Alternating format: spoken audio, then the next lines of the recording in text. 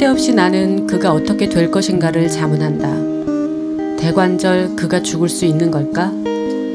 죽는 것은 모두가 그 전에 일종의 목표를, 일종의 행위를 가지며 거기에 부대껴 마모되는 법이거늘 이것은 오드라덱의 경우에는 해당되지 않는다. 그렇다면 훗날 내 아이들과 내 아이들의 발 앞에서도 그는 여전히 노끈을 끌며 계단을 굴러 내려갈 것이란 말인가? 그는 명백히 그 누구에게도 해를 끼치지 않는다. 그러나 내가 죽은 후까지도 그가 살아있으리라는 상상이 나에게는 거의 고통스러운 것이다. 프란츠 카프카의 소설 가장의 근심에서 한 대목 읽어드렸습니다. 안녕하세요. 저는 문장의 소리 DJ 김진여입니다. 한 사람이 말을 걸어오네. 저기 내 얘기 좀 들어볼래요. 그 순간 바람이 한 줄기 불어와 책장을 넘기고 가네. 이것이 당신의 말들인가요? 참 아름다운 문장이군요. 다시 바람이 한 줄 불어오면 우리는 친구가 되네. 당신과 나는 친구가 되네. 문장의 소리. 문장의 소리 공개방송 1부죠. 시작해볼까 합니다. 저는 말씀드렸다시피 부산 시민으로 2015년부터 이사와서 살고 있는 시쓰는 김진여라고 하고요. 문장의 소리 DJ 작년부터 하고 있습니다. 오늘 와주셔서 감사합니다. 반갑습니다. 오늘은 찾아가는 문장의 소리 1탄으로 부산 남포동에 있는 딱봐도 카페에서 공개방송으로 진행을 합니다. 부산에 계시는 청취자분들 이렇게 직접 와서 김금희 작가님 보시려고 와주셨는데 감사 말씀 드리고요. 김금희 작가님 옆에 앉아 계신데 올해 좋은 일들 많이 있으셨잖아요. 네. 작년에 책이 나오고 나서 네, 좋은 일들이. 어저께 수상에 대한 시상식이 있으셨다고 들었는데. 네. 올해 그 젊은 작가상이라는 7명이 함께 받는 상인데요. 거기서 저도 이제 한 명으로 선정이 돼서 상을 받았어요. 네, 축하드립니다. 지금 이렇게 이름 작가님 말씀 소개해 드렸는데 오늘 초대 손님은 김금희 작가님이십니다. 큰 박수로 맞아주세요. 안녕하세요. 오늘 문장의 소리는 공개방송 형식이라 여기 와주신 분들도 계시지만 전국에서 듣고 계시는 청취자분들도 있으시거든요. 문장의 소리 청취자분들 그리고 와주신 분들께 인사 말씀 부탁드릴까요? 네. 저는 소설 쓰는 김금희라고 하고요. 지금 날씨가 너무 좋은 봄밤에 지금 이 공간을 보여드릴 수 없어서 되게 아쉬운데 계단에 여러분들이 앉아있고 또 따뜻한 조명 아래 또 앉아 계세요. 그래서 마치 저를 따뜻하게 둘러싸고 있는 듯한 느낌이거든요. 그래서 이렇게 좋은 시간 보낼 수 있어서 행복하고 재밌는 얘기 많이 했으면 좋겠습니다. 네, 잘 아시겠지만 혹시라도 모르시는 분들을 위해서 작가의 이력에 대해서 소개 좀 드리겠습니다. 1979년 부산에서 태어나서 인하대 국문과를 졸업하셨고요. 2009년에 한국일보 신춘문예의 단편소설 너의 도큐멘트가 당선되어서 작품활동을 시작하셨습니다. 소설집 센티멘털도 하루 이틀, 너무 한낮의 연애 출간하셨고요. 이런 작품들로 2015년, 16년 젊은 작가상 받으셨고요. 그 중에 하나는 대상이시네요. 그리고 33회 신동엽 문학상, 62회 현대문학상, 그리고 올해 또 젊은 작가상 수상하셨습니다. 축하드립니다. 작품을 엄청 열심히 쓰신 어떤 시간에 대한 보답 같기도 한데요. 수상 소감 뭐라고 말씀하셨어요? 우린 그 현장에 없었으니까. 어제 무슨 얘기를 했냐면요. 이 젊은 작가상이 매해 주어지는데 맞아요. 제가 지금 3년째 받았어요. 연속. 네. 감사합니다.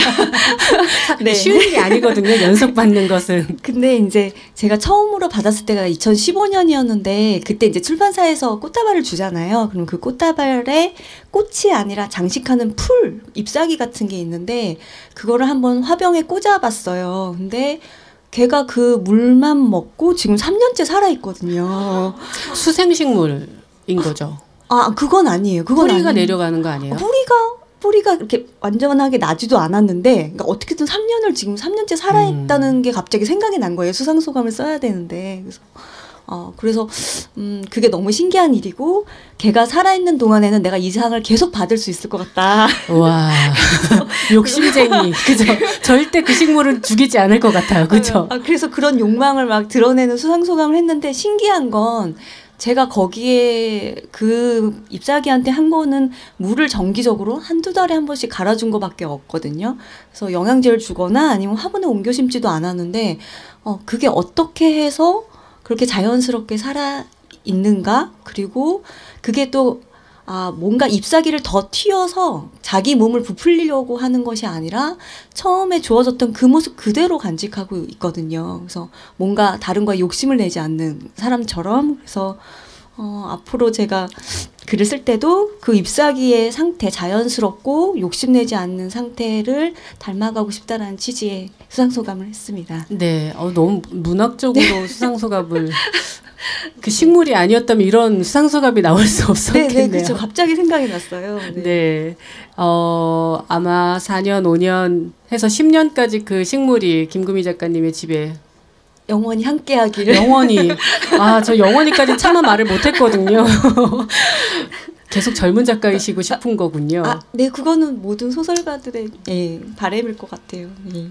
저도 그러고 싶어요. 네. 부산에 얼마 만에 방문이세요? 고향이시라고는 들었는데. 저 한 2, 3주 전에 여행으로 왔었어요. 자주 내려오시는 편이세요? 네. 자주 내려오고 혼자서도 자주 내려오고요.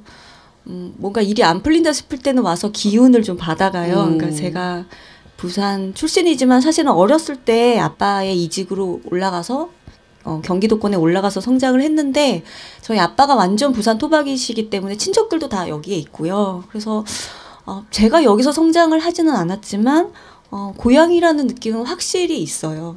그래서 그리고 워낙 부산이 관광하기가 되게 좋은 곳이기도 하고 해서 바다 보러 되게 자주 오는 편이에요. 이게 참 다른 것 같아요. 제가 지금 부산 살고 있잖아요. 근데 저는 산지 3년째인데 아직 이방인 느낌이거든요. 제가. 제 고향이 아니어서 그런가 봐요. 네, 그러니까 뭐 친척들도 있고 막 그러면 저는 외롭게 혼자 이방인처럼 길 가다 저 혹시 보시면 이방인 하고 반겨주세요. 부산에 이렇게 자주 오시는데 어느 작가의 말이었던가 작품 중에서 봤던가 기억이 안 나는데요. 부산에 어렵게 내려왔던 기억에 대한 기록이 있더라고요. 그래서 표를 오랫동안 줄 서서 끊고 오래 걸려서 내려왔고 이런 기록들 그런 기억에 대한 아마 그 젊은 작가상 이번에 이제 책이 거기에 보면 작가 노트가 작가 말 같은 거였나? 예, 거기 작가 노트에 이제 제가 젊은 작가상 이번에 받은 작품이 어렸을 때 이제 아버지가 고향을 떠나셨지만 부산을 떠나셨지만 당연히 명절에는 이제 친척들과 가족들을 만나러 오잖아요. 근데 지금은 KTX로 제가 오늘도 2시간 한 반 정도만 걸려서 왔는데 그때 제가 감당하기에 너무나 힘들 정도로 5시간 이상의 기차를 타고 왔어야 됐어요. 근데 그때의 부산과 지금의 부산의 느낌은 어떤가요? 그때 좀 달라졌나요? 아니면 많이 달라졌죠. 그때 저 완전 아기 때니까 많이 달라졌는데 근데 비슷한 어떤 감정이 있어요. 그러니까 우리가 왜 외출했다가 집으로 돌아오면 너무 편안하고 좋고 그런 감정과 동시에 이상한 쓸쓸함 같은 것이 느껴지잖아요.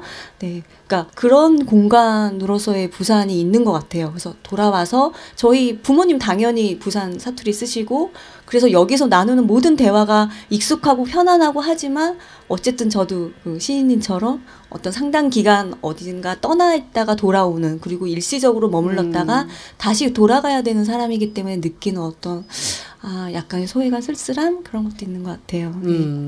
부산에 대한 그 느낌에 대해서 말씀해 주셨는데 이 딱 봐도 카페에서 지금 진행하고 있는데 앞에 폐가가 있고요. 너무 멋있어요. 저희가 폐가를 바라보면 이런 이야기, 작품에 대한 이야기를 나누다니 너무 낭만적이지 않나요? 저는 늘 남포동 올 때마다 한국전쟁의 피난민의 정서를 가지고 여기를 돌아다니는데 여기 고갈비도 먹으러 오고 막 그랬거든요. 그래서 이 폐가를 마주하며 이야기를 작가님하고 할 줄이야. 그 저희 뒤통수를 바라봐주고 계시는 관객분들도 있으시고 그죠? 네. 굉장히 그 부산다운 공간에서 부산 사람인 분과 이야기를 나눠서 그리고 부산 분들께서 또 와 계시고요. 네네. 예, 뜻깊은 자리이지 않나 싶습니다. 현대문학상 수상 작품부터 좀 얘기를 해보고 싶네요. 네. 그 어떤 작품으로 수상하셨죠? 저는 현대문학에 발표했던 그 여름쯤이었던 것 같은데 체스의 모든 것이라는 작품으로 상을 받았어요. 네, 뭐 오신 분들은 아마 김금희 작가님 팬이니까 작품들을 읽어 오셨을 테지만 우리 청취자분들도 있으니까 그 체스의 모든 것에 보면 그 1990년대 대학생들의 모습들이 그려져 있더라고요. 저하고 같이 이렇게 앞에 칠자가 붙는 저희 옛날 사람이거든요, 사실. 여기 와주신 분들 너무 그쵸.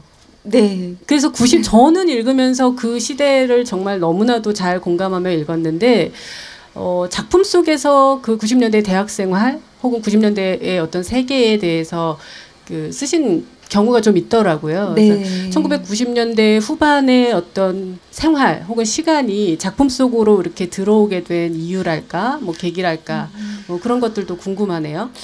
제가 90년대 말에 대학에 처음 들어갔는데요.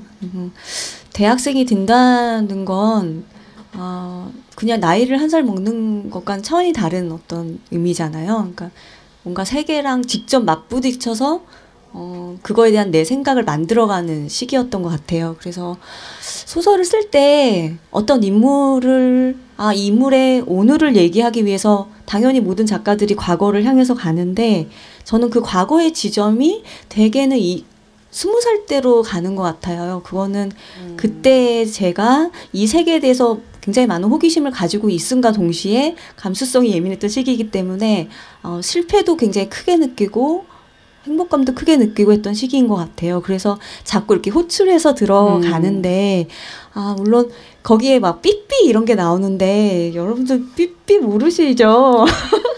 그러니까 저희 옛날 사람이라니까 제가 깜짝 놀랐어요. 저희가 97학번이 98학번이실 거예요. 그죠? 네. 맞죠? 그런데 저희 그 시대 때 PCS 막 이런 거 삐삐 다음 PCS 이런 세대거든요. 근데 이런 얘기 아무도 못 알아듣더라고요. 그러니까 삐삐를 거의 문자 삐삐가 나오거든요. 되게 중요한 소재로. 천사 이런 거 있거든요. 숫자로 1004 이러면 저희 그런 세대라. 저희는 네. 이러면 되게 즐거운데 모든 분들이 저희를 되게 신기하게 보기. 그죠? 네. 그런데 그래서 그런 어떤 그 배경에 관해서는 약간 거리가 있을 수도 있지만 거기에서 이제 주인공들 뭐 국화나 노아나 이런 인물들이 겪고 있는 심리적 상황 같은 거는 너무 잘 아실 거고 그렇죠. 같은 대학생 네, 모두 20살이니까 대학생들이실 그래서 테니까. 그 감정들을 잘 전달을 하면 좋지 않을까라는 생각에서 썼어요. 네. 네. 그 체스의 모든 것을 비롯해서 그 김금희 작가님의 작품들을 읽다 보면 정말 이 관찰이라는 것이 얼만큼 사람을 흥미롭게 구성해낼 수 있는지를 보여주시는 것 같더라고요. 그러니까 그만큼 캐릭터들에 대한 어떤 세밀함 또 돋보이게 되고 이러는데 어떠세요? 관찰하시는 걸 즐겨 하세요? 저 그게 정말 이게 궁금하더라고요. 작품 속의 화자도 대부분 그 관찰자적인 시각을 많이 갖고 네, 있잖아요. 맞아요. 그죠? 네. 취미가 뭐 또 사람 관찰하기 뭐 이런 건가요? 제가 이제 별명 중에 하나가 미어캣. 미어캣 닮은 것 같기도 하고 뭔가 식당에 들어갔는데 뭔가 흥미로우면 자꾸 이렇게 살피는 사람처럼 계속 살피는 거예요. 그래서 그게 버릇이 되어 있어요. 버릇이 되어 있고 카페에서 주로 작업을 하는데 작업하다가 옆에서 너무 재밌는 얘기하면은 이어폰을 끼고 있는 상태로 무음으로 만들어서 이제 몰래 엿들고 그런 게 좀 있어요. 근데 아마 대부분의 소설가들이 그럴 거는 같은데요. 네. 네, 제가 알고 있는 소설가들은 사실 듣는 것보다 말하는 걸 더 좋아하지 않나요? 그래요? 저는 제가 잘못 알고 있는 건가요? 그런 분들도 있을 텐데 저는 말하는 걸 좋아하시는 것 같던데. 저는 근데 서로 말하려 내가 말할 거야 막 이런 소설가들이 모인 자리 가면 엄청 시끄럽고 근데 좀 재밌기도 하죠. 아닌가? 재밌어요. 근데 시인들이 있는 자리하고 정말 성격이 다른 분위기에 또 소설가들은 술도 잘 안 마시거든요. 왜냐하면 얘기를 해야 되니까. 근데 시인들은 술만 마시면서 조용하게 있는데 그래서 이렇게 관찰하시면 그러면 잘 듣는 편이신 거예요? 아니면 네, 저는 그렇게 말을 그렇게 잘하지도 못하고 그렇게 재밌게 말하는 사람도 아니고 듣는 게 너무 재밌어요, 일단. 그래서 제가 직장 다닐 때 이제 뭔가 편집 기자라고 해서 편집자와 기자의 역할 두 개를 하는 걸 출판사 다니면서 했는데요. 그때 인터뷰했던 사람들이 공통적으로 했을 때 내가 제일 기분 좋았던 건 내가 이런 말 왜 하지? 이럴 때. 그러니까 제가 뭔가 그 속에 있는 말을 끄집어낼 수 있을 정도로 그냥 잘 들었다라는 생각이 들어요. 그래서 그 말을 잘 들어주었기 때문에 그 사람이 그런 얘기를 했다는 생각에 되게 뿌듯했는데 저는 듣는 위치에 있을 때가 제일 신나고 재밌는 편인 것 같아요. 몰래 들으셨다가 쓰시는군요. 들었던 이야기들이 소설화되는 경우도 있나요? 많죠. 조심하세요. 여러분들 이야기를 듣고 있다가 김구미 작가님이 훔쳐갈지도 몰라요. 네, 그러니까 주변인들 얘기 되게 많이 써요. 아, 그 소설을 읽으면 그분들이 눈치채지 않나요? 알죠. 그래서 절 미워. 누굴 가장 많이 팔았어요? 소설로. 선배. 그 선배는 그냥 선배로 호칭이 되든가요? 이름, 캐릭터가 부여되는. 그 선배의 여러 가지 면을 가져서 솔직히 썼던 것 같아요. 한 사람의 여러 면을 가지고 썼군요. 네. 그런데 아마 그 선배 이 방송을 들으실 수도 있는데, 그래서 약간 서운해 하신 것도 제가 알고 있어요. 근데 덕분에 여러 작품 많이 써서 고마웠다고 전해드리고 싶어요. 이 자리를 빌어서 공개적으로 감사의 말씀을 전하는 그 선배님 누군진 모르겠지만 네. 김구미 작가님이 아주 감사하다고 그런 방식으로 뭔가 소설의 모티프나 제재나 주제나 이런 아이디어들을 주변에서 많이 얻어오실 것 같은데 작품 속에서 구현되는 캐릭터들은 사실 잘 모르겠어요. 실제로 우리가 잘 볼 수 있는 존재들인가 하는 생각도 들긴 들어요. 어딘가 있겠죠, 분명히.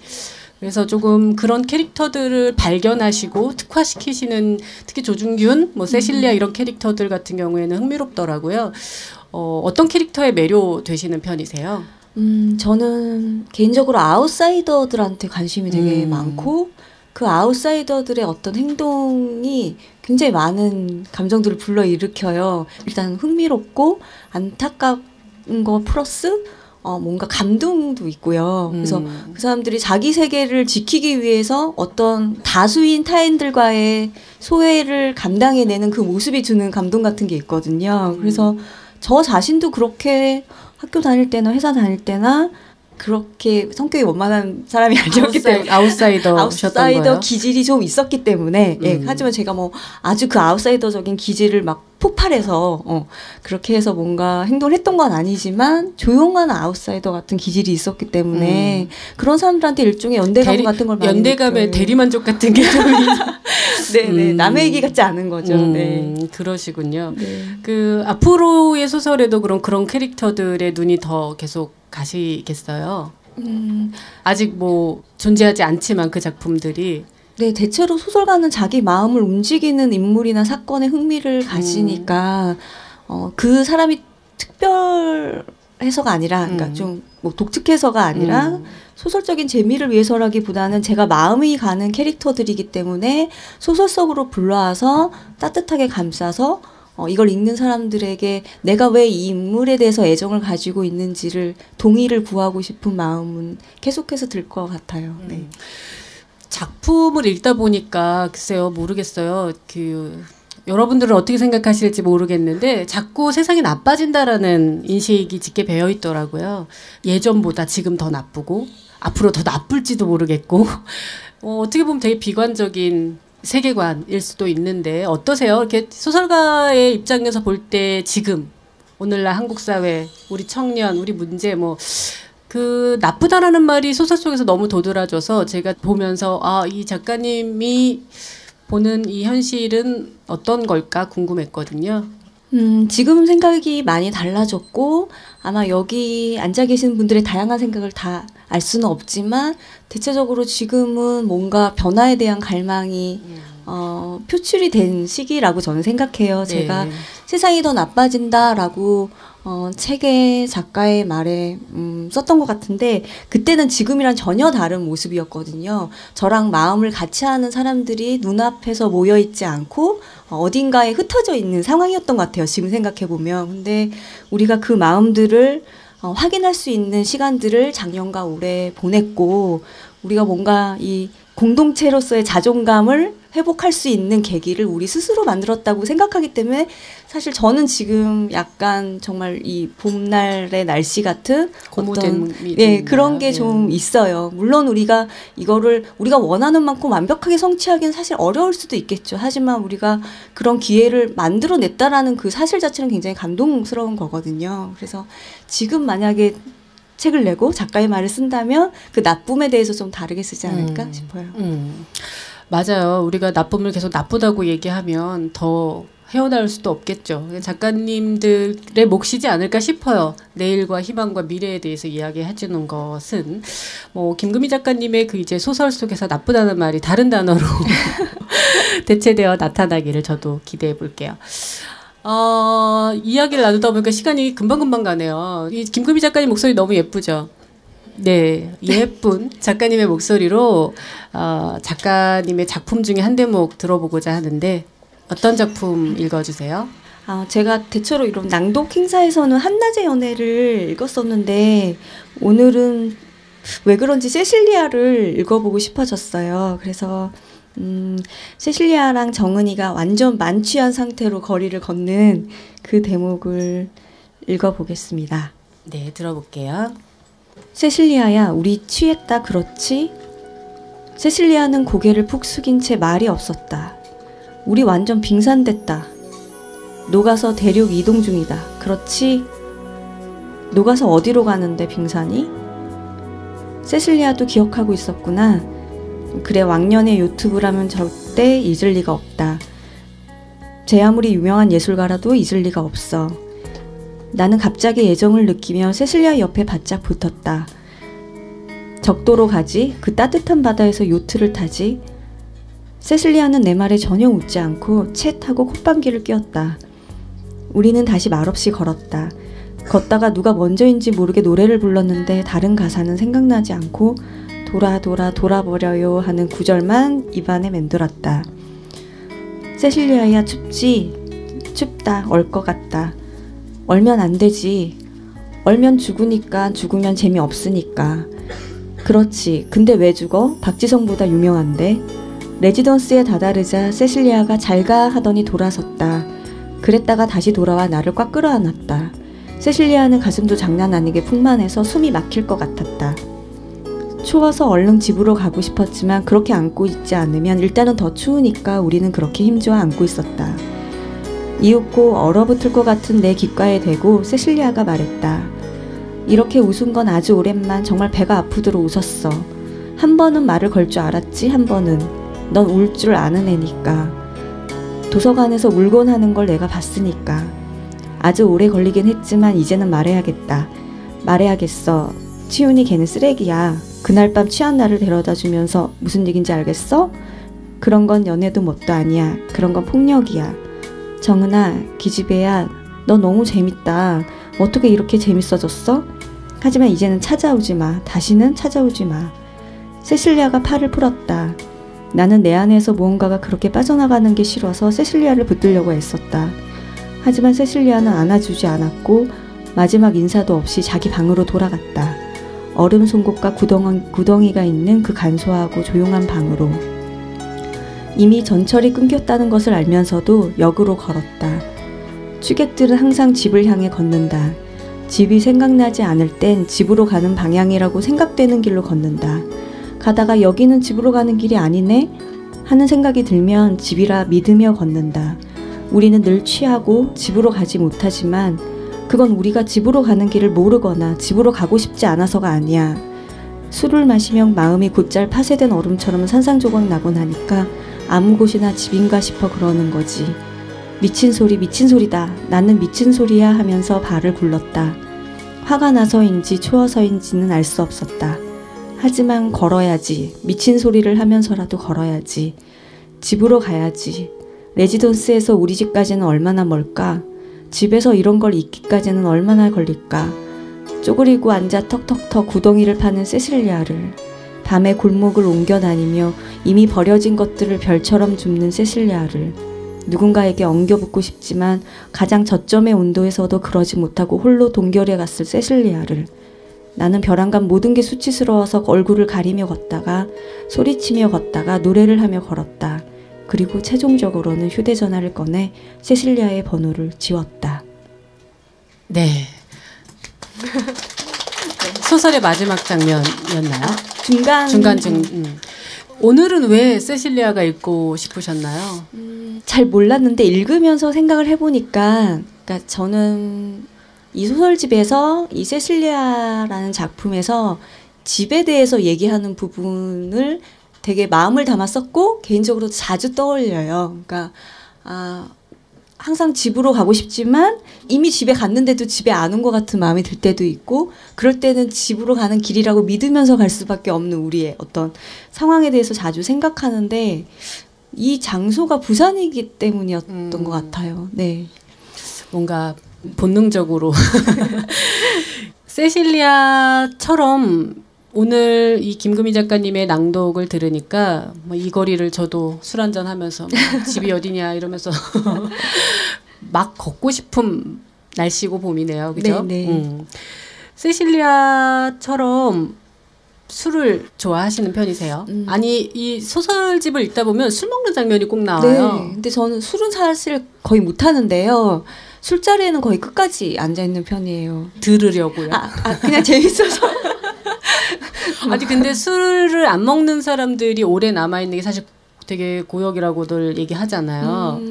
근데 저는 특별하게 취한 사람들의 캐릭터들을 보는 뭐 이런 흥미로움을 약간 대리만족이 있어요. 그러니까 저는 이제 왜 술을 많이 안 하냐면 취하기 전에 이미 속이 안 좋아져서 못 먹는 사람 있잖아요. 그러니까 취하고 저는 싶은데 그런 경험이 없어가지고 잘 공감은 안 가는데 그래서 이제 술을 많이 못 하는 건데, 취해서 뭔가를 진심을 막 얘기하고 뭔가 과장된 행동을 하고 이런 것이 저는 사실은 좋아 보일 때도 많아요. 그러니까 거기까지 안 가보셨어요? 네. 그 전에 이미 속이 안 좋아서 더 이상 먹을 수가 없어서. 너무 속상하면 그 단계를 뛰어넘지 않나요?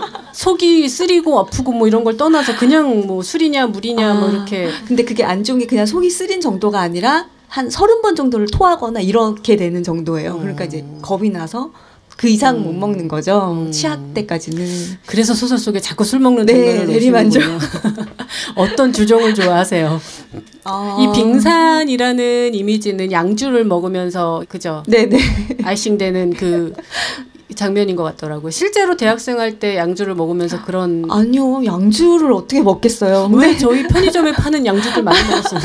근데 제 기억에 남는 양주는 그때 저희가 무슨 일로 여행을 갔었는데, 그 여행의 일원 중에 기자분이 한 분 계셨는데 나중에 여행 뒤풀이를 할 때 양주를 가져오셔서 제가 처음으로 그때 딱 입에 대본 기억이 있긴 해요. 근데 대부분 뭐 막걸리나 소주 같은 거 먹죠. 예. 그렇군요. 네. 네. 저는 어디서 먹어봤지, 양주를. 저희는 술자리 맨 마지막 차쯤 가면 보통 이제 돈 다 걸어 모아가지고 편의점에 가서 그 당시에 패스포트 막 이런 거 있었거든요. 아주 싸구려 양주. 먹으면 머리 아파, 머리 깨지는 양. 뭐, 어쨌든, 반갑네요. 90년대 얘기를 계속 할 수 있어서. 그 작품집이 2권이시잖아요, 소설집이. 네. 그러니까 사실 등단하시고 작품집을 내시는 속도를 보면 뭐 빠르지도 느리지도 않은 적당한 속도나 호흡을 유지하시는 것 같기는 한데, 수많은 캐릭터들 중에서 그래도 이 캐릭터는 작품 속에서 정말 너무 아낀다 싶은 캐릭터가 있는지. 저는 알려주세요. 이 방금 읽어드린 세실리아라는 작품을 개인적으로 굉장히 좋아하는데, 거기에 나오는 정은이라는 사람을 되게 좋아해요. 그래서 실제로 정은이라는 친구가 옆에 있었으면 좋겠다라는 생각을. 정은이가 술자리 한 번도 안 빠지고 계속 가는 친구거든요. 네. 그래서 그런 친구 있었으면 좋겠다는 생각을 되게 자주 해요. 그래서 아마 제가 제일 아끼는 친구가 정은이가 아닐까 싶어요. 예. 뭔가 유머러스하게 이렇게. 그러니까 제가 생각하기에 정은이의 캐릭터를 조금 더 설명해 주시면 좋을 것 같아요. 네. 제가 생각하기에 세실리아에 나오는 정은이는 오직 그 인물만이 정확히 반응하는 인물인 것 같아요. 그래서 그 정확히 반응한다는 것이 항상 옳은 선택과 뭐 윤리적으로 올바른 것을 한다는 것이 아니라, 뭔가 욕심이 나는 상황에서는 일반적인 사람들처럼 욕심을 부렸다가도 뭔가 눈물을 흘리면서 울어야 할 때는 울고, 그리고 세실리아의 어떤 고통을 알게 되었을 때는 그 고통의 죄책감을 정당하게 느끼고, 하지만 세실리아가 그 고통이 자기를 성장시킨 세계를 지키고 싶은 마음에 더 이상 뭔가 화해를 요청하거나 그 친구들의 사과를 받아들이고 싶지 않다라고 해서 연락처를 지워달라고 할 때는 그거를 존중해서 지울 줄 아는 사람인 거죠. 그래서 저는 그렇게 정확히 반응해주는 것이 참 세상을 살면서 쉽지 않은 일이라고 생각하기 때문에 정은이란 친구가 있었으면 좋겠어요. 네. 정은이와 같이 살지 못하기 때문에 역시 또 대리만족 같은 건가요? 아니면 네. 그런 편이신 거예요? 정은이와 같은 약간 정직한 반응을 하시는 편이세요? 근데 저는 정직한 반응을 하는 편인데, 근데 정은이처럼 화를 잘 내는 편은 못 돼요. 그래서 정은이는 뒤편에 보면 되게 진상 친구한테 막 뭐라고 이렇게 약간 조롱을 하거든요. 네. 근데 저는 약간 이렇게 화를 내거나 그런 걸 잘 못해서. 저는 좀 도대체 이해가 안 해요. 저는 화를 참을 수가 없는 사람인데 도대체 어떻게 화를 참을 수가 있죠? 어쨌든 정은이를 가장 내가 좋아한다. 네. 정은이와 같은 캐릭터가 내 옆에 있었으면 좋겠다 말씀하셨는데, 또 소설집에 보면 개를 기다리는 일 혹은 고기 같은 작품에 보면 약간의 섬뜩함이 느껴지는 분위기들이 있더라고요. 장면 전환의 어떤 모습 속에서. 이전에 보여줬던 김금희 작가님의 작품들하고는 약간 좀 결이 다른 분위기더라고요. 그래서 뭐 그런 방식의 어떤 추리물이라고 하기는 조금 그렇지만 어떤 섬뜩함 장면이 이렇게 출연하는 작품들에 대해서 좀 호의적인 편이신 건가요? 아니면 그런 작품이 이렇게 출연하게 되는 이유 같은 것 듣고 싶네요. 지금 고양이들이 활극을 벌이고 고양이들이 있는데요. 네. 기분이 좋은가 네, 봐요. 저희 김금희. 네. 너무 분위기 으시시하고 좋은데요. 근데 제가 그런 추리물을 사실 거의 읽지 않고, 그런데 그 작품들이 그렇게 나왔던 건 제 그때 마음이 약간 불안과 공포감 같은 거에 관심이 많았던 시기인 것 같아요. 그때 아마 질문하셨던 것처럼 세상이 정말 형편없이 나빠진다라고 느꼈던 것 같고, 그래서 그 나쁨에 대한 어떤 신경질적인 반응 같은 것들이 그렇게 약간 좀 제가 보기엔 약간 히스테리나 불안 같은 것들을 천착하는 방식으로 나왔던 것 같아요. 네. 네. 그렇군요. 추리물을 그렇게 좋아하신다고는 하시지 않았으니까 앞으로 뭐 추리물에 대한 계획 같은 건 별로 없으시겠어요, 그러면? 근데 세상이 뭔가 저한테 그런 공포감을 그러긴 원하지 않는데요. 세상이 그렇게 만든다면 또 한다면 쓰겠습니다. 네. 세상이 좋아져야 될 텐데요, 그죠? 네. 세실리아를 들려주셨는데 한 대목 더 들려주셨으면 좋겠습니다. 네. 네. 이번에는 어떤 작품의 어떤 장면인가요? 제가 어느 부분을 읽을까를 기차를 타고 오면서 생각을 하다가 페이지를 그냥 이렇게 딱 펼쳤거든요. 근데 그때 나온 페이지를 읽어주고 싶어요.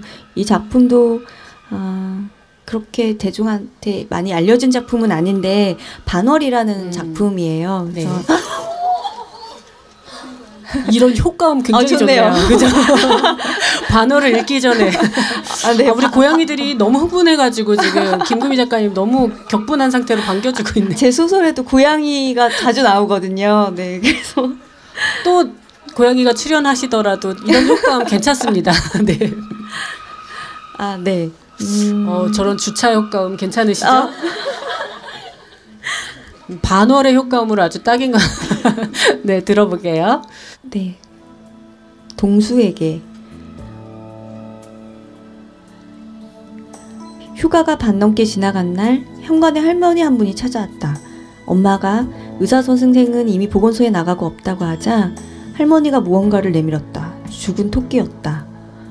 엄마가 악 하고 소리 질렀고 동생이 뛰어나왔다. 할머니는 자기가 죽인 게 아니라고 마당에 죽어 있었는데 선생님이 혹시 먹을까 싶어 가져왔다고 했다. 토끼 고기는 귀하지 않냐면서, 토끼는 섬에서 귀하다면서. 엄마는 물론이고 이모도 토끼를 먹을 것 같지는 않았지만 할머니는 그걸 두고 언덕을 내려갔다. 토끼는 우리가 밥을 먹고 샤워를 하고 마지못해 빨래를 하고 동생과 내가 싸울 때까지 푸른색 바가지에 담겨 마당 한구석에 있었다. 이모가 돌아와서 주먹밥으로 점심을 먹었지만 우리 중 누구도 거기에 토끼가 있다고는 말하지 못했다. 토끼는 그렇게 마당 한편에서 한나절을 보냈다. 오후에도 섬사람 몇몇이 집으로 찾아왔다. 엄마는 보건소에 가면 될 걸 왜 집으로들 찾아오냐고 짜증을 냈다. 나는 리조트에 가기 위해 집을 나섰다가 돌아와 다시 토끼가 담긴 바가지를 들고 나갔다. 리조트 주차장에서 숲풀로 들어가 구덩이를 팠다. 숲풀 사이로 햇살이 들어왔다 사라졌다 했다. 숲풀 뒤는 절벽이었고 그 아래는 바다였다. 마치 젤리처럼 바다가 투명하게 출렁였다. 힘들어서 중간에 쉴 때는 동수의 이메일을 읽었다.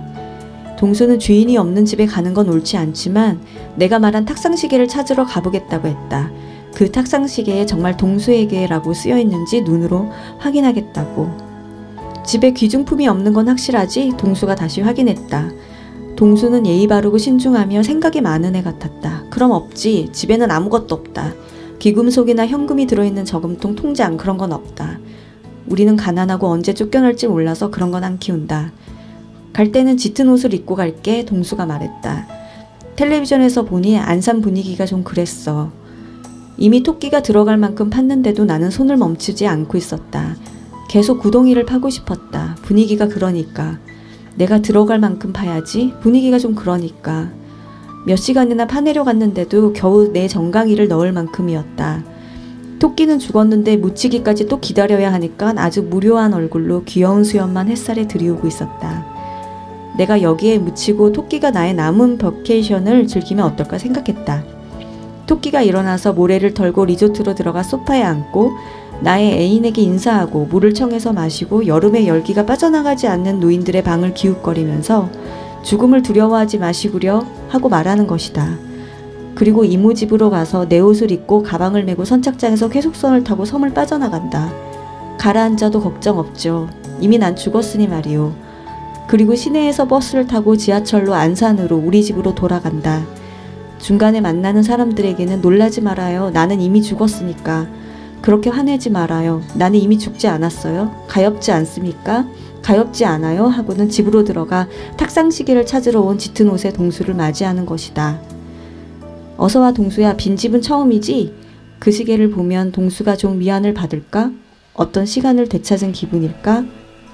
이윽고 나는 구덩이 파는 것을 그만두었다. 어떻게 해서 두 다리를 집어넣고 쪼그려 앉았다. 네, 잘 들었습니다. 반월의 한 대목이었는데 반월이 그 안산 네, 안산을 배경으로 하고 있는 네, 소설이에요. 그 반월. 네, 그죠. 네, 네. 네.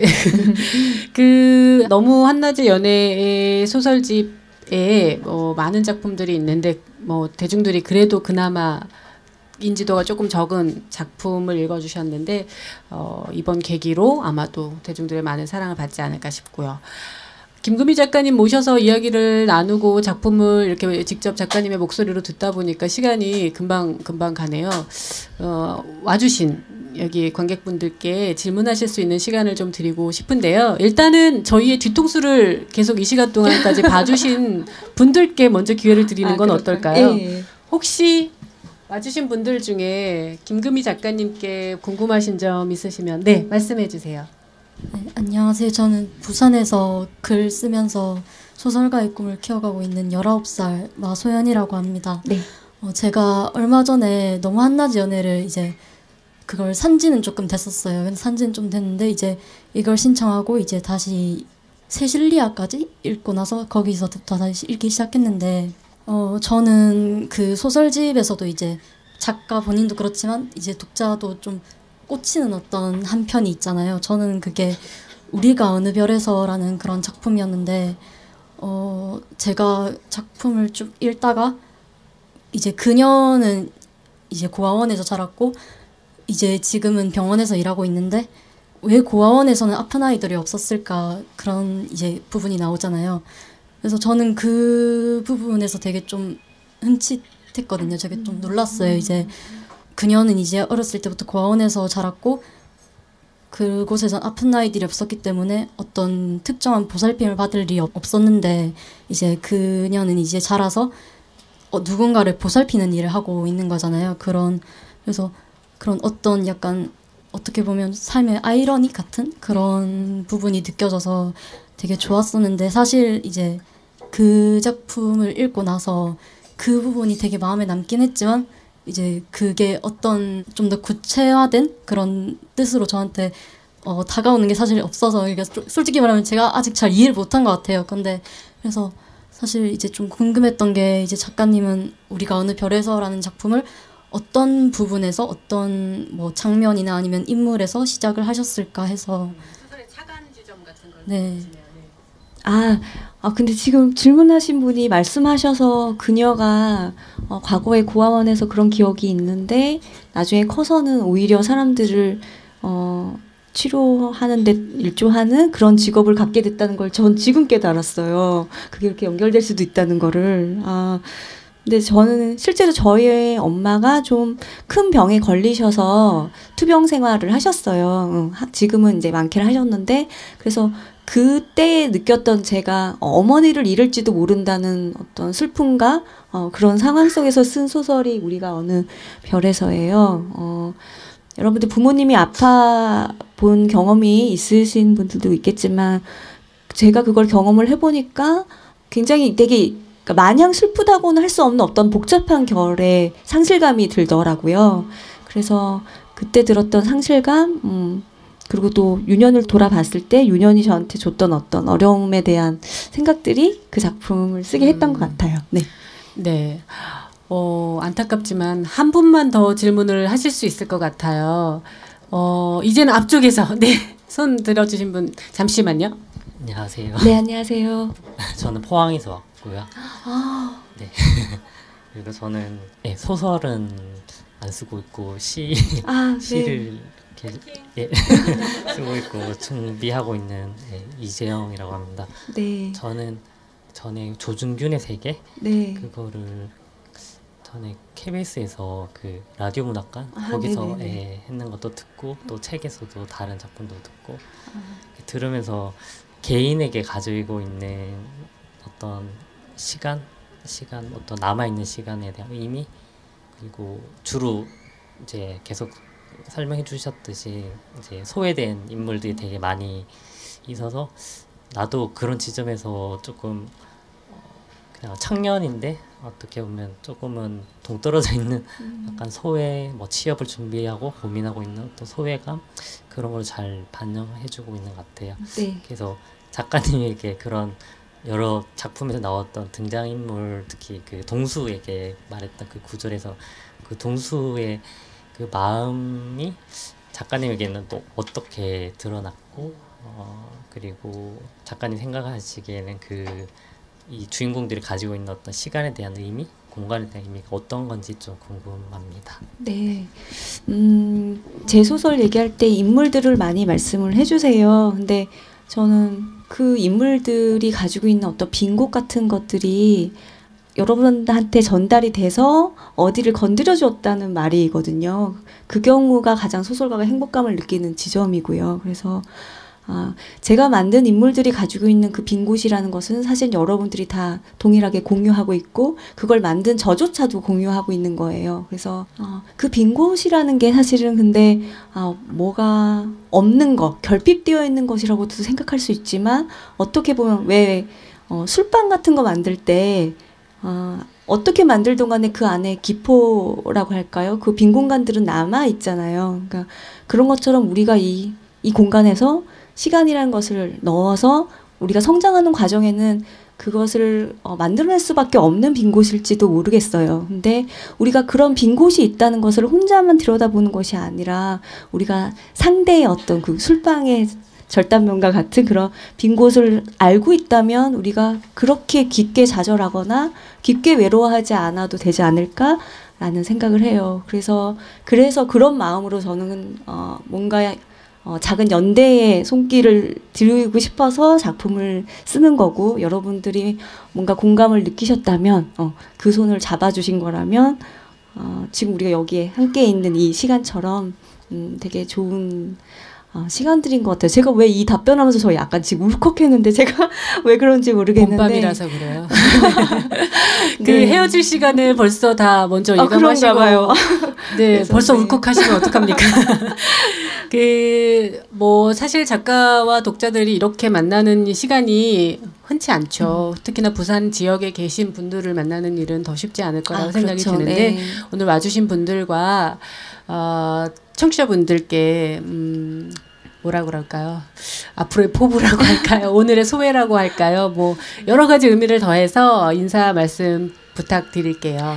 아, 맞아. 이게 청취자분들도 계시다는 생각을 제가 미처 하지 못하고. 늘 저희는 그분들이 되게 소중하거든요. 네. 들어주셔서 너무 감사하고, 이 공간에 계신 분들도 감사하고, 제가 여러분들한테 이 부산이란 공간이 얼마나 저한테 중요한 공간인지는 제가 제 어떤 어려운 고통과 상처가 관련되어 있기 때문에 세밀하게 얘기해 드리지는 못해요. 근데 부산이 가지고 있는 그 의미가 너무너무 커서 내려오는 길에도 약간 긴장하면서 내려왔고, 그런데 지금 제가 여기에 앉아 있는데 이 부산에서 제가 잃어버렸다고 생각했던 어떤 것들이 뭔가 채워지는 듯한 느낌이 들었어요. 그래서 여기에 오기를 너무 잘했다는 생각이 들고 뭔가 환대받은 느낌이 확실히 있어요. 그래서 평소에도 자주 내려오는 곳이지만 작가로서 제가 내려와서 여러분들한테 환대를 받았다는 이 기억은 앞으로 영영 간직할 것 같아요. 감사합니다. 네. 오늘 김금희 작가님 그리고 와주신 관객분들, 청취자분들 봄밤의 어떤 약간의 쓸쓸함 같은 선선함 같은 것 느끼시면서 이 자리 마무리 짓게 되는데 아마 여기 와주신 분들도 기분 좋게 김금희 작가님 얘기를 들었을 것 같아요. 와주셔서 감사하고요. 얘기 네. 감사합니다. 네, 감사합니다. 이어서 양양의 공연 이어지거든요. 아주 멋있는 보이스의 노래니까 들어주세요.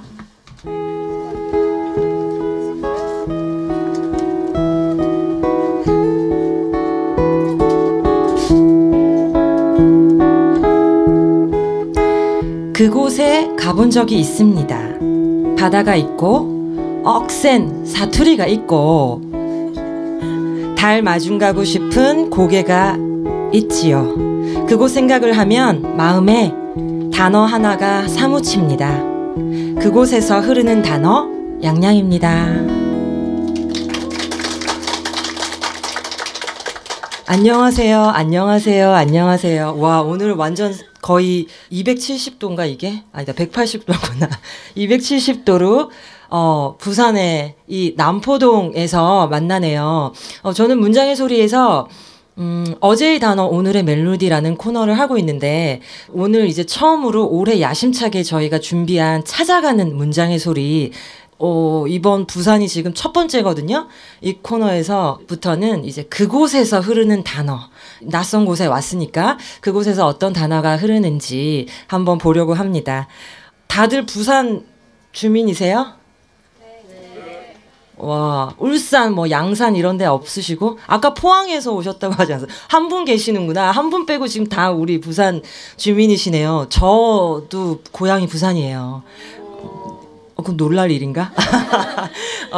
부산에서 고등학교까지 18년을 그러니까 살고 또 그만큼의 시간을 다른 곳에서 살았어요. 그랬더니 이제 이 부산 그렇게 오래 살았던 내 고향 부산에서의 기억들 골목, 그 다음에 막 버스 노선, 잘 가던 뭐 옷가게 이런 것들 기억이 점점 희미해지고 아니다. 거의 완전 다 잊어버렸다고 할 수도 있을 만큼 그렇습니다. 많이 떠나가 있었기 때문에. 그래서 오늘 그곳 부산에서 흐르는 단어는 그리움이에요. 그리움. 그리움이라는 단어를 저는 참 좋아하는데 왜냐면 지금 말하는 이 1초도 지나가 버리잖아요. 지나간 것들, 과거가 돼 버리죠. 그 지나가는 것들 중에서 정말로 소중한 것만 그리움으로 남는 거잖아요. 별로 소중하지 않았던 것들은 다 잊혀져 버리고 말죠. 그래서 그리움이라는 단어가 저한테는 정말 중요한 단어인데 그 단어를 내 고향 부산에 붙일 수 있지 않을까, 그 정도의 값어치는 있지 않을까 생각해서 그리움이라는 단어, 그곳 부산에서 흐르는 단어로 정해보았습니다. 뭐가 그립냐면요, 뭐 저는 학창시절도 그립고 외할머니 되게 그리운 것 같아요.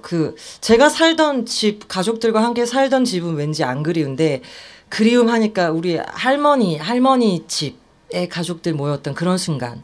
그리고 진짜 제일 처음 이제 서울로 올라갔을 때 황당하면서 제일 그리웠던 건 우리 항상 부산에서 먹던 물떡. 지금 요새 아직 부산에는 있죠. 물떡이 없는 거예요, 서울에는. 그래서 왜? 그 떡을 그냥 오뎅 옆에 같이 넣기만 하면 되는데 그래서 전 처음에 포장마차 갈 때마다 주인 이모님들께 항상 건의했거든요. 부산엔 이런 걸 파는데 이거 진짜 맛있다고 그냥 가래떡을 넣는 거라고 아무도 건의를 받아들여 주시지 않아가지고 물떡 항상 그리웠고요. 또 그러니까 그러면은 순대 먹을 때 아직 우리 막장에 찍어 먹나요?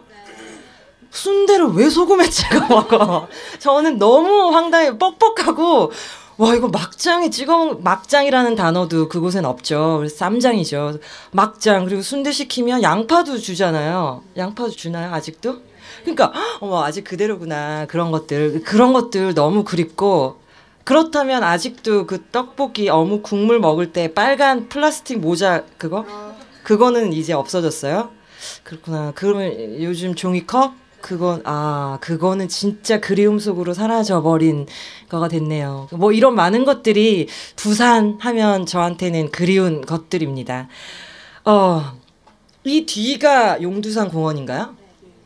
용두산 공원에 그러니까 자라면서는 별로 많이 간 기억이 거의 없는데 어렸을 때 그 가족 앨범 속에 용두산 공원을 올라가는 꼬마인 나 그리고 나의 언니 그리고 엄마가 이렇게 환하게 웃고 있는 사진이 있어요. 그래서 용두산 공원도 저에게는 부산하면 그리운 단어 중에 하나인데요. 오늘 제가 시를 하나 읽어드리려고 가지고 왔어요.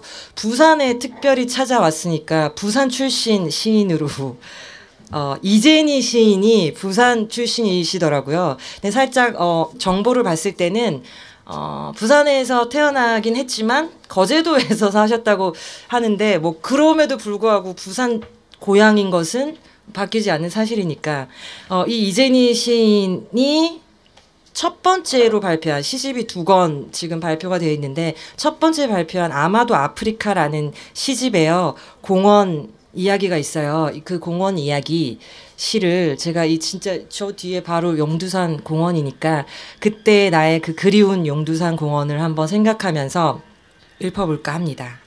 그리고 그 그리움에 대한 이야기 그러니까 써달라고 오실 때 부탁드렸는데 몇 장 저에게 있고 또 쓰신 분들은 이렇게 살짝씩 건네주시면 제가 다는 못 읽어드리지만 읽어드리고 또 이 책 선물로 드리겠습니다.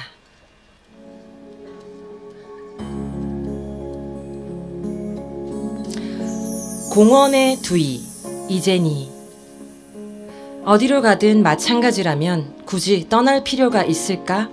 공원은 잘한다. 무럭무럭 잘한다. 공원 밖은 공원. 공원 밖은 공원. 공원 밖은 공원. 언제부터 우린 이곳에 갇혀 있었던 걸까? 너무 넓어 갇힌 줄도 모르겠구나. 비밀의 서랍 같은 얼굴로 라일락이 도단한 얼굴로 공원 벤치에 앉아 있었다. 두이의 벤치에서 두이가 바라봤던 풍경들을 바라보면서 인생이란 결국 2개의 의자 사이를 왔다 갔다 하는 일. 이 의자에서 저 의자로, 저 의자에서 이 의자로 내 목소리 위에 내 목소리를, 내 목소리 위에 내 목소리를 더딥혀 보는 일. 이제 남은 일은 말하지 못한 말들을 삼키거나 뜻없는 문장들의 뜻없는 의미를 뒤늦게 알아차리는 일뿐. 공원의 이 끝에서 저 끝까지 하염없이 걸으면서 울적하고 피로한 제자리 걸음으로 공원 밖은 공원, 공원 밖은 공원, 공원 밖은 공원. 무럭무럭 지상 위 공원들이 자라나는 밤. 닿을 수 없는 그 모든 것들을 두이라고 부르기로 했다. 네, 이런 시입니다. 시는 전문이 아니고요. 제가 일부분만 읽어드린 거니까 꼭 우리 함께 부산 사람 이재니 시인 많이 사랑받고 있어요. 그러니까 이 이재니 시인의 시들도 한번 읽어보시면 좋겠습니다. 제가 지금 부산에 와 있는데도 부산은 그리운 건 많이 변해버렸기 때문이기도 해요. 부산 남포동 오늘 오는 모습 보고서 남포동은 비슷한 것 같아요. 그냥 이런 쇼핑하고 이런 곳이었으니까. 일단 그리움에 대해서 미리 적어주신 것 하나 읽어드릴게요. 그리운 것들에 대해서 저는 가끔 생각나는 추억들이 떠오르면 그 감정과 생각들을 줄글이나 시의 형태로 끄적이곤 합니다. 솔직한 글은 그리운 것이 마음을 꾹꾹 담아서 누군가에게 전해질 때면 그 상대방에게는 참 잘 읽어줬다, 고맙다고 할 때마다 저는 마음이 기쁜 것 같아요. 그런데 이분은 진짜 바람직하시네요. 뭐 문학 청년이신가? 시에 이거 가끔 생각나는 것들 떠오르면 이렇게 적어두는 습관, 그리운 것들. 좋습니다. 저도 주로 잘 끄적거리는 편인데 오늘 그 무궁화호를 타고 왔거든요. 제가 5시간 동안 창밖을 많이 보았죠. 무궁화호는 타야지 어딘가를 가는 기분이 드니까 5시간은 와야죠, 부산에. 그래서 봤는데 시골 집들, 아직 정말 정감 있는 시골 집들이 많이 있었고 그 마당마다 봄이어서 꽃나무들이 진짜 아름답게 잘 피어 있어가지고요. 이런 것들 그립고 아름답고 좋구나, 그런 생각도 했었더랬습니다. 그리고 그런 것도 좋았어요. 또 버스 타고 오는 길에 어떤 그 소녀가 이렇게 진짜 그루프를 버스 안에서 말고, 근데 제가 앉아있는 자리에서 이 백미러 같은 걸로 그 소녀가 정통으로 보여가지고요. 그 소녀가 이걸 말고 이렇게 무슨 볼터치 화장 같은 거를 이렇게 거울을 보면서 탁 예쁘게 표정을 지으면서 하는데, 그루프를 버스에서 말고 가는 소녀라는 걸 메모를 해두었어요. 너무 인상적이었고 아마 그걸로 수많은 생각들 이어서 할 수 있을 것 같아서, 네, 그 소녀도 오늘의 그리움으로 하나 남았네요. 그리움이라는 단어에서 제가 부산이 아련하게 그리운 것은 몇 년 전에 왔을 때 정말 초고층 건물들이 있는 걸 봤어요. 우주도시인가? 이랬어요. 그래서 그때부터 좀 내 고향 부산이 무서워졌어요. 그래서 이거는 아닌 것 같은데, 우리 모든 부산뿐만이 아니라 모든 것이 변해가고 있긴 하지만 이렇게 급속도로 알아보지 못할 정도로 바뀌는 것은 좀 쓸쓸하고 그런 일이구나 생각을 했었습니다. 뒷동산, 제가 어릴 때만 해도 뒤에 동산이 있고 막 소풍 갈 때 그 뒷산으로 가가지고 나무 밑에서 김밥 먹고 이러던 시절이었는데, 지금은 이렇게 되면 소풍을 어디로 갈까 하는 생각도 해보았습니다. 그래서요, 제가 만든 노래 중에 같이 살자라는 노래가 있는데, 그 노래에 그 어릴 때 뛰놀았던 뒷산 그리운 구절 있거든요. 오늘 그것을 노래를 한번 불러볼까 합니다.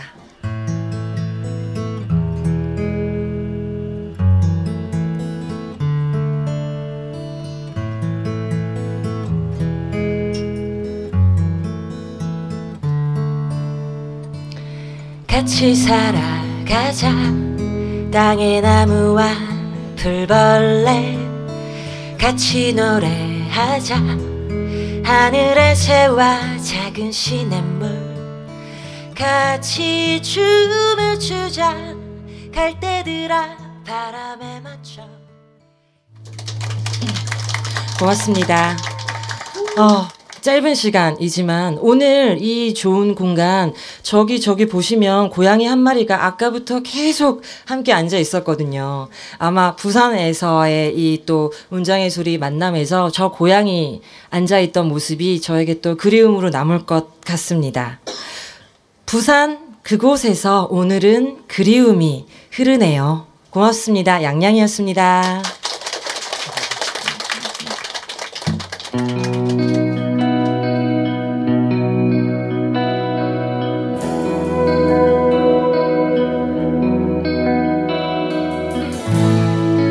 찾아가는 문장의 소리 부산편, 김금희 작가와 즐거운 시간 가졌는데요. 다음 회에는 이면 작가님이 출연해서 목소리 들려주실 예정이니까 많은 기대 부탁드릴게요. 다음 주에도 저는 따뜻한 문장들로 다시 찾아올게요. 지금까지 문장의 소리 DJ 김진여였습니다.